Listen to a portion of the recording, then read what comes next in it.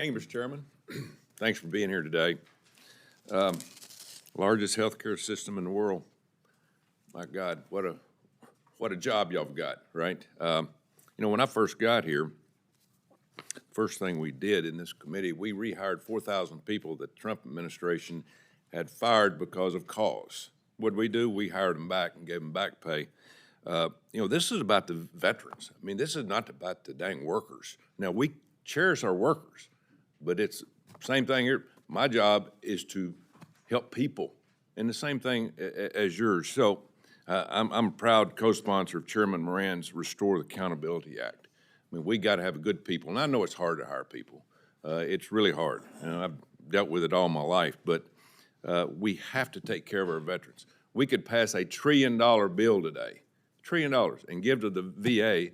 It'd be gone in a matter of time, and it would not help anything. It's not about money. It's about the right efforts of doing the right thing for our veterans. I've got 500,000 veterans in my state of Alabama, and it's growing. And we've got good VAs. We got some that are not so good. But thanks for trying to do this. But again, we've got to get good people in there, and I understand what we're trying to do. The VA's Inspector General recently highlighted several failures within the fiduciary program, such as millions of dollars of benefits being dispersed without oversight. Unfortunately, bad actors have found their ways to take advantage of veterans, and we have to combat fraud. I don't understand why, with all this AI now, that we don't have companies that can come in and stop a lot of this fraud. Mr. Engelbaum, do you agree with that? Yes, Senator. I think one of the things that we're doing in our review is looking at what technology and what systems that we can actually put in place and actually reinvest to improve services to our veterans, to improve accountability. We are hampered by some of the systems that we have.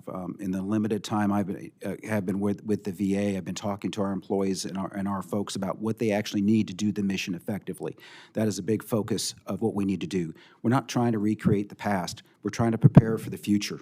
And part of that is refocusing our efforts, as you just rightly said, and on our veteran, getting the systems that we need, and getting our focus right on that mission. Well, I'd hope that we would look into a lot of these companies. I've had people come to me and say, Coach, we have a program right now that could save the VA 20 to 30 billion a month, but nobody will talk to us. We need to open up our eyes to this and talk to people that can help organize what the VA is doing and quit doing what we did 50 years ago. I mean, this is the 21st century. My God, we got to open our eyes. So I would hope that we would be more competent on looking at the things of the future. And again, anything that we can do to help our veterans. Are there ways that we can improve in competency in determining the process of all this fraud that's coming in that you've seen so far? And I know you hadn't been there long. Yes, sir. I can also Sure. Reflect, but very quickly from my perspective, absolutely. We really need it. It's about focus. It's about getting our organization focused on the mission, streamlining it, and making sure that we're laser focused on what we need to do and what systems we need to do, and the veterans. Look, I love the VA. I love our employees. I came out of retirement because I'm passionate about serving our veterans and improving their veterans care, but we need to do better, and we can. When we talk about, in employees, this is a failure of us as leaders to make sure that we organize properly, we are focused, and then we drive the mission to accomplish what we set out to do. Kevin, did you have some comments on that? Yes, sir. As it relates to the incompetency decision, part of what that IG report identified 311 individuals who didn't have the right coverage or right oversight. That was because we did just that. We migrated from an old legacy system to VBMS, where we have more insight, we have better control of the data.